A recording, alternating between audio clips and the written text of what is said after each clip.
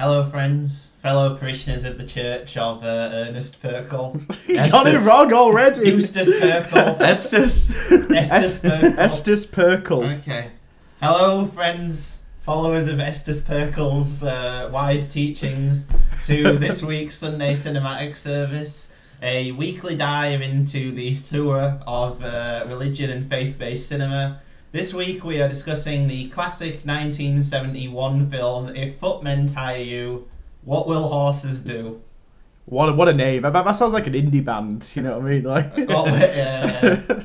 I think Estes Perkles is the indie band, and that's their first album. Okay. Well, I actually heard that there is like a American punk group who did a song, and all it is a sample of the bit where he goes, "Christianity is stupid." Yeah. Christianity is stupid, and it's just that over a beat. Wow. So yeah, I'm sure he would be, turning in it. Well, he wouldn't even have been dead at that point, as we discovered later. Yeah. He's yeah. But yeah, so Ernest Perkles, from what I've managed to, I've said his name wrong again, didn't it? Yeah. Ulysses Perkles. Yeah. From what I've managed to glean, was a exploitation filmmaker early in his career. Then he survived a plane crash and turned to Christ and decided to, I'll utilise my exploitation. Oh no, I think that was the director, Ron something. Yeah. So yeah, the director is an exploitation filmmaker who survived a plane crash, turned to Christ, and then decided to make their mission in life to create terrible propaganda films in service of religion, while still using exploitation filmmaking techniques. So the basic plot of If Footmen Tire You is that Ernest Perkles, Ulysses Perkles, Estes Perkles, is giving a sermon, and it's about the evils of communism, the evils of dancing, the brilliance of American democracy and capitalism and Christianity itself. While this is happening, we see various recreations of things that he is describing, the communist takeover of America, the evils of dancing, lewd ways, women with skirts too low, things of that nature. And then at the end he manages to... there's a woman, I can't remember her name. Judy. She has lost her mother, and Ernest Perkles, Esther Perkleston, manages to manipulatively exploit the death of this young person's mother to bring her to Christ's ever-loving embrace. So, Heath, what did you think of If Footmen Tire You? What did the horse say? Ding ding ding ding ding. Oh, that's the wrong one. It was. It's awful. It's horrendously bad, but it is so funny to watch with people, and there's essentially it just boils down to sort of almost like brainwashing. It's like they've got this woman sort of sat there. Figuring herself. Yeah, having flashbacks to not flashbacks, but having dreams of what Estes is talking about, to the point where she then becomes sort of converted. She finally breaks down under the pressure of his words and comes to Christ. She comes to Christ. What did you think of If Footmen? Yes, Chris. Well, I mean, mercifully, I was worried that it was going to drag.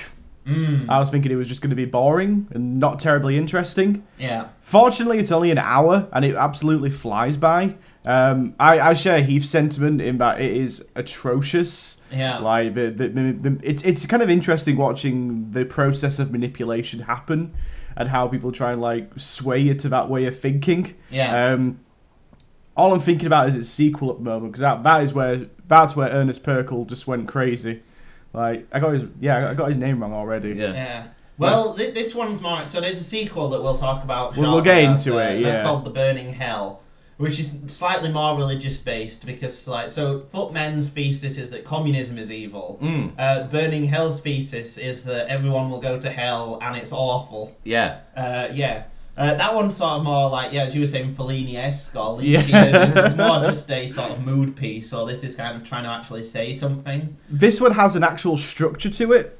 Oh yeah, it's in the mess is burning hell. Yeah, in the defense of the filmmakers, this one does have an actual structure to it, and they utilise the I don't want to call them flashbacks, but the apocalyptic depictions of Estes Perkles' descriptions, you know. So there is an actual structure to it in its defence, which the sequel, Well, there's facts and figures in this one as well. Yeah. Real facts, Yeah, like the 50 million Chinamen, Christian Chinamen that died when the communists took over.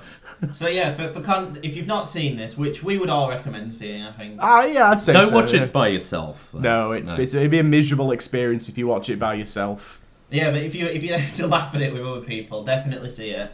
But so yeah, like there's one point where he goes like, now let's look at some facts, and he goes that in Russia 20 million Christians were murdered, in China 50 million. And he says, now in America it could be as much as 67 million. Which, you know, how the hell did he get the figure for that? Because in America at the time there would have been about, I don't know, 200 million people. Yeah. So that means that he thinks only a third of people are Christian, which again is wrong. It would have been much higher than that back. Well, it's higher than that now, never mind back then. So yeah, he just has, and there's no annotation of where these figures have come from. Well, he's a Baptist, so he probably and Baptists famously don't think Catholics are actually Christian. Oh, okay. They think that they're essentially a sort of Church of Satan and stuff like that. So you know, he probably doesn't count the Catholics, which will take another third out of the. So yeah, maybe that's where he's getting it from. I would have liked to have seen him at least say where he got these figures from anyway. Or at least some context. Like the thought process of like how he reached 67 million. Or maybe, you know, just a little thing underneath the fact, because basically it's just written on a blackboard. Is this like citation needed? Is this what this boils down? Yeah. Well, wouldn't you know, like if you put, like, I don't know, figures from the UN or something, like... You'd make something up to try and, like, legitimise your bullshit figures. He doesn't believe in the UN. That's the New World Order, my friend. Oh, yeah, that's the atheist agenda right there, like... So, Jesus Christ, what's the... Well, I just want to say, my favourite scene is when... So Ernest goes, and the communists, they'll get you subtly without you really realising. And then it does the thing where it's a bunch of communists teaching children about atheism. Yeah. So in his view of atheism, which obviously we all are atheists, it's basically children sit around and they go, does God give you candy? No. Now pray to, this is a picture of Fidel Castro. And they get candy. Yeah. Which, as a portrayal of like what people must think atheists is just perfect. Like, yeah. Because he's basically his problem with communism. Well, we'll get to the central thesis of it is that it doesn't do the job well enough. So basically, you know, it's fine to have like exploitative labour as long as you only have to do 40 hours a week. Yeah. It's fine to believe in something because the communists also believe in like Fidel Castro, as long as it's just this, you know, faraway figure who can tell you how to live but also won't stick a stick through your ears. Not just a stick, multiple sticks. Yeah. It's the multiple ones. He put sticks in both the kids' ears. No, it goes all the way through. Oh, is that's what it was meant to be? Yeah. Somehow managing to miss all of his brain in the process. Sorry, I was trying to be logical about that. I was thinking, maybe put one in, one in, one on the other. No, straight through. That'd take some skill, that. But yeah, no, I said it when we were watching it. It is just Estes Perkles saying, don't believe in this cruel dictator, believe in my cruel dictator. Yeah. Basically, is the whole thesis of the film. But I think where it shines is not in what Estes Perkles is saying. It is in the cutaways. Yeah, definitely. It's almost like a sort of a proto Family Guy sort of thing. Like it's just like the time when a communist dictator took over my country. Exactly. I remember that time a stick went through my head. Yeah, you can see it now. And then it'd be like Stewie sat in the corner going, ouch. Yeah. That part where the kid starts like throwing up, it's like that, you know, these gag using Family Guy where everyone like throws up all the time. And Seth MacFarlane, did you get inspiration from this film? Please email us. Yes. And it did lead to my favourite character in the film, which was the commissar. The commissar. Everyone's favourite character. What a wonderful actor. I mean, and he appears in the sequel as well as a hippy dippy biker, which is wonderful. But in this, he is unleashed, and his reactions to all the shots and the context of what's going on. Oh, I love the Sergio Leone style, like extreme close-ups. He can act with his eyebrows, that man. Yes, he can. Yeah. And how obvious is that shot on like a different location, and they've had to go that close to obscure the background? Yeah. I mean, some of the thematic meat of the film and all. This has got one of my favourite tropes in anything like this, which is that apparently American capitalism is the best system ever, and America's the best country ever. But according to Perkles, it can be taken over in 15 minutes. Yeah. Like there is no sort of explanation of how this has happened. It's just gonna happen. He's just decided that it's gonna happen. Communists will come knocking on your door and literally take your children away. And well, I love it all, like how little fight Americans seem to give to it. Like all that seems to happen is that like the commissar will come, him personally, every scene pretty much. He'll come with a henchman. And then the henchman will pick a child up, and then the mum will go, no! And the dad will take his glasses off. The commissar will punch him in the face or something. Yeah, or someone will shoot him. And then the mother will go, like, no! And give up. Yeah. Like, to be fair, if America was like this, it deserves to be taken over. It's like, mind you, I suppose they have been, weakened by the lead vices of America, TV and dancing. Yeah. Oh, yeah. Which spoiler alert, Estes takes a hard turn on TV in the sequel. Oh yeah. Decides that it's not as bad as it's made out to be. It's because he doesn't like drive-in movies, though. He really hates them, because anything could happen in the cars of those teenagers. I know. Yeah. Well, this film also seems to have this bizarre puritanical aversion to sex as well, in any way. Like, as I said, literally at one point he does rail against skirts being too high, like just this ridiculous like. Oh, that's the thing, because like Judy is like she's dressed in a very stereotypical kind of like 1960s 1970s hippie way. Yeah. Obviously he's like a one piece with a short dress. Exactly, like the paisley pattern and stuff. So like he is clearly rallying against this whole damned youth culture. This whole countercultural nonsense which is spreading across the land. Well, it seems to be like some sort of like intervention. Like both of them are an intervention for like one person in the audience. Yes, yeah. I think in this one though, Judy, like they probably should have worked with her a bit more on her reactions, because like there are scenes where it looks like she's getting off on what Estes is saying. Like. She literally like the eyelids are like flickering back, and like she fucking loves it. She does. She loves it. And it's a bit creepy that one of the flashbacks that she seems to be coming over is her own mother's death. Yeah. Well, that's I suppose the central thing of it and that's what got her there. Yeah. Is her mother's sort of emotional manipulation on her deathbed about I wish you would convert so I would, die happy. Yeah.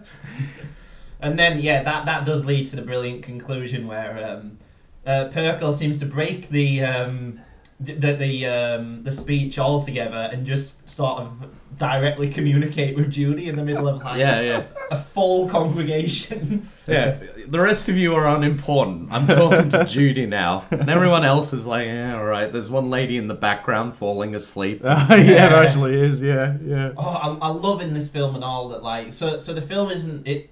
It has like a decent enough grasp of pacing to know it can't just be a close-up of Perkles. Yeah. So it does these like long, almost dreamy kind of like tracking shots of like the people in the congregation, and these are just the weirdest looking people. They are weird looking. Yeah.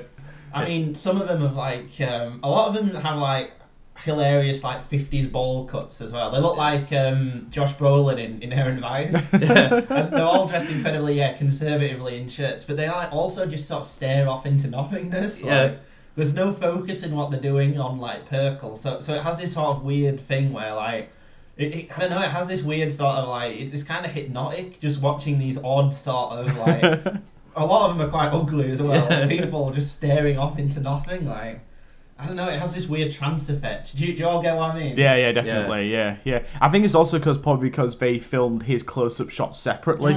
Like, you know, they were probably just filming him just doing one of his regular church sermons, and then they probably intercut that with his terrible close-ups and his big speeches and all that. Yeah, so. and the crowd shots are probably them just sat there, and they're like, you're reacting to this sermon, and they're like, well, how do I react to a sermon? Just sit there, mouth agape. Yeah, definitely. Yeah. But that's feeling what they could have done, and yeah, that does create this weird like disconnect. Where you know he's going off on all these bizarre topics, and you don't get any of the reactions. So you do get a couple nasty looking old people kind of nodding their head like, yeah, this Perkle guy gets me.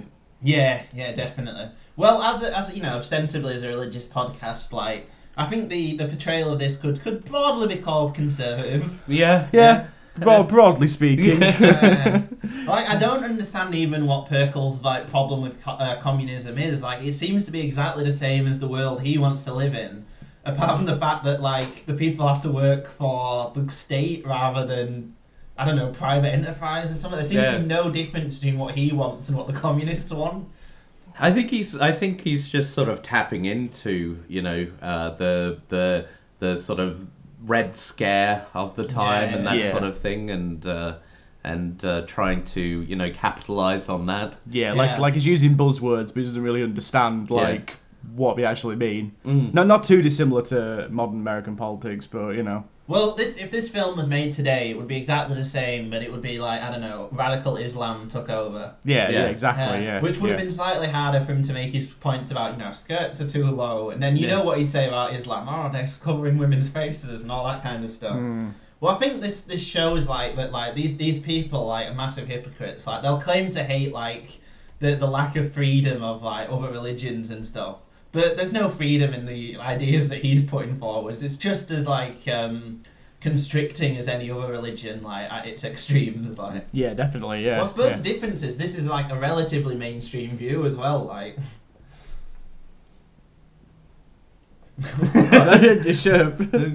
I mean, like, it's not a niche view in American, like, religious life, is it? Like, this kind of, like, incredible, like, conservative view of Christianity. No, not at all, but I don't know what the point is you're trying to make here. No, I mean, like you would rail against, like, if it was, like, having a go at, like, you know, like, radical Islam, you'd rail against it at the same stuff that he's talking about being positives, like, it's lack of freedom. Oh, okay, yeah. But that's a fringe thing. Well, you know, like, his views of the same stuff is more, like, mainstream. Though, I hate to defend Estes, but I think you're mischaracterizing him. I think he'd be a fan of radical Islam. To be perfectly honest, like. Well, I don't know though, because you get the preachers like him now who, you know, they'll rail against radical Islam. Yeah, but then they'll say the same thing. You different think they're times. Different? Okay. Yeah. I think they've just like updated the thing, because no one now can talk about the threat of communism, can they? I think. No. They have a level of self-awareness. Like, do you think Perkle is like a con artist? Like, do you think? Yeah, of course. He's a snake oil merchant. Like, definitely, yeah. But you don't think he'd just lie about Islam now instead of communism? Like, I don't think he's dumb enough to think that what he's saying is actually going to happen.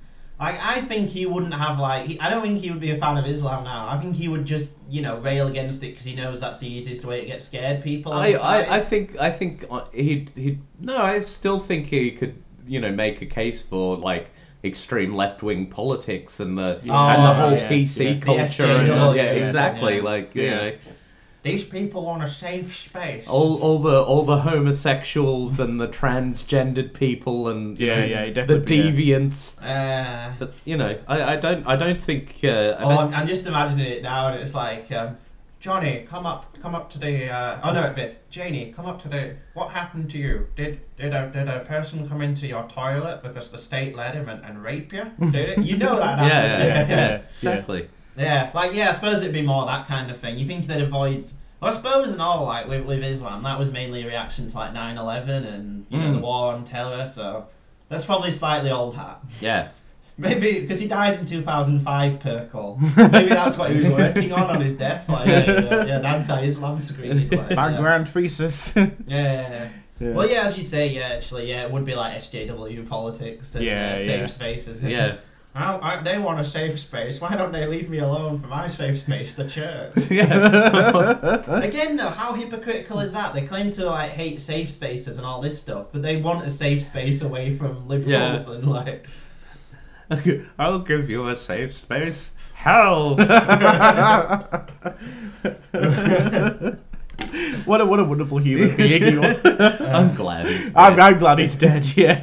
Well, yeah, because you can imagine that like he probably did this kind of stuff all the time and probably made his parishioners like lives absolute hell and just made them live in the most like feared time imaginable. To be honest, the whole thing is ultimately terribly gruesome. Like, I'm really interested because I didn't know that he was an exploit filmmaker like before this, and you could so tell like it's so scuzzy. Yeah. You know, like all the bodies covered like in blood, and then there's that awful part where the communist sticks like a tree, I don't know, like is it a tree branch or a stick through that kid's like ears and goes through to the other end, and then the kid like froze up. Like it's fucking like it is atrocious. So they're using that as like a form of like, emotional manipulation. My favourite and all is where they dangle a kid from a tree. And they get the other kids to hold him up, then to drop him on like a hoe. On a pitchfork. On a pitchfork. Yeah. It's a brilliant symbolism there. You know, the pitchforks rising from hell. Oh god, but yeah, like this is just such awful manipulation, and like the blood effects as well, like they are terrible. They look like as you were saying during the film, ketchup like put on people's faces. I would have thought more like paint. Paint. Yeah, they've just gotten paint. It's probably lead based as well because it's red. All those people are dead now. Yeah, definitely. That's the one solace we could probably take from this film, that all the people involved are dead. Yeah. That's the one thing. I'm sure, because I heard that I listened to a podcast about the film, and I heard that the extras in the film are just people from like his church that got to try and help him out making it and stuff. Yeah. So they're all non-actors. I mean, surprisingly, these are non-actors involved in the film. Really? Yeah, not people who went to Juilliard or... Not part of the metropolitan elite who went to these fancy acting schools and... Yeah. Well, I suppose actually this is actually like a similar, to put it into the time space of the film as well. It is actually relatively close to today in some ways. You have like it would have been Nixon who was president, and like this highly reactionary time where you had like like radicals on like both sides of the spectrum. You had like hippies and like the new left on one side. And like more like a new brand of like conservative politician that hadn't like happened before. Like Nixon was supposed to be more to the right than people like who had like Republicans from before. So I suppose it's interesting actually putting it, as you were saying about the like the identity politics it would rail against now. I suppose it is a similar kind of social environment then to what it is now, except worse in a lot of ways. Like you look at like like he does at one point say that. Since TV's advent, crime has gone up in certain places 1,000%. Well, he'd probably rally against like the internet then, right? Yeah, like, and that's increased crime a million. Like since the internet, have you noticed that opioid abuse has gone up 1,000,000%? But there was genuinely huge crime waves in like places like New York, and like there was probably a feeling that like the America was in decline and tearing itself apart in certain places, like. So basically, I want to see the modern version of this. I don't. Unfortunately, he's dead. We'll never see it. Well, if trans people frighten you, what will pansexuals do? You can go on these internet forums and they can talk about their feelings and how they want to be. Really, I typed in my grandfather Ernest Perkles' name, and I found something called DeviantArt. And 4chan. What this cartoon representation of Ernest was doing with a horse should never happen in Green Isles. There are people who dress up as furry animals and have sex with each other. Jesus Christ, yeah, I suppose like you can see it, can't you? This kind of thing and all that. I'm sure it exists. It must exist already, yeah. Because this film, I bet nobody watched it when it came out. Like, I can't imagine it being that big. No. I imagine it'd probably have been big in like that particular circle of Baptist churches and that sort of thing, and they probably had showings of it in the church and that, and like the people were like, "Yeah, I was there for it the first time round. Like, what's the point of this?" Yeah. And well, I suppose though now, like, there is no point in this film being made. Because now Perkle would probably just have his own YouTube channel. He'd just be one of them people who, rails against, what's happening today, and he'd just do a weekly sermon, essentially, yeah. Like, but how good would, like, his YouTube channel be, though? Like, if it had the same sort of, like, thing, like him delivering his... oratory. Yeah, and then having these, like, cutaways of, true. Cinematic, like... representations of what he's talking about and stuff like that. Like I imagine it'd be like quite popular in the like right wing and that sort of thing. It would probably blow up because then all people would laugh at it so much, and they'd be like, other YouTube things like going, "This is stupid." Like, I'm surprised this film isn't relatively big. I know that the Cinema Snob has done it. But, like, I'm surprised it's not, I don't know, best of the worst or something. I haven't done, like, the whole of the Perkle trilogy or something like. Yeah, it feels like a film that should be on best of the worst, definitely, yeah. Which is the Red Light Media thing for anyone who doesn't know. They actually did do an episode recently where they looked at a pastor or a reverend or a preacher who was looking at the internet in a similar style to what we were kind of outlining, where this guy's like, it's the evils of the internet, and you mean you can just type in porn and you'll get porn? And clearly is into it. He loves it. So it exists, and it's continued to exist. well, this film, like, talking about it aesthetically, it is in love with gore and horror and stuff. Yeah, definitely, yeah. It's so exploitive in the way it shoots this kind of stuff, and, like, almost this loving, like, the close-ups and the showing of the blood, like, it's horrible, but, like, it's supposed to be this, this is awful, but then it shows it in, like, such a way as to make it almost fun in a way. Like, you laugh at it, and it's not, like... Well, I think that's the thing with a lot of, like, conservative art. It makes, like, like Death Wish, that makes, that's not as powerful as, like, I don't know, something like Irreversible, which has, like, it's a famous film with a 10-minute rape scene that makes it look awful and horrible because it's done in a realistic way. But something like Death Wish makes it look like a cartoon. Well, especially the sequels and all, like Death Wish 3, where he's, like, walking around with a bazooka or something. Yeah. And everyone gets raped in those films. Every single female character is raped. Well, and it's done in such a way that... Unless, of course, they're old and ugly. Oh, of course, in which case they're fine. Well, they just get killed. Yeah. But anything else about the portrayal of faith in the film? No. I think that it's really a repugnant sort of portrayal of faith. Like, I think that it's a horrible misrepresentation of even, like, the worst of Christianity. It is the ultimate in, like, fire and brimstone rhetoric and all the wrongs and social ills of the day. We need to go back to Christ. That's what he's saying. We go back to Christ. That crazy socialist Christ. Read your Bible. Well, he won't give us candy though, so I think I'm going to stick with my boy Fidel. But Christ does give you fish sandwiches though. So, he's never given me a fish sandwich. Well, that's because you don't believe in him. Oh, okay. Turn water into wine. And, he did that as well. Did your precious Fidel ever do that? He gave Cuba socialized medicine. He probably did turn water into wine. Well, he's probably got his own vineyards. Definitely. But yes, that was If Footmen Tire You, Horses something. I remember. Yeah. Come. Won't you come? Please come. Please come. Please come.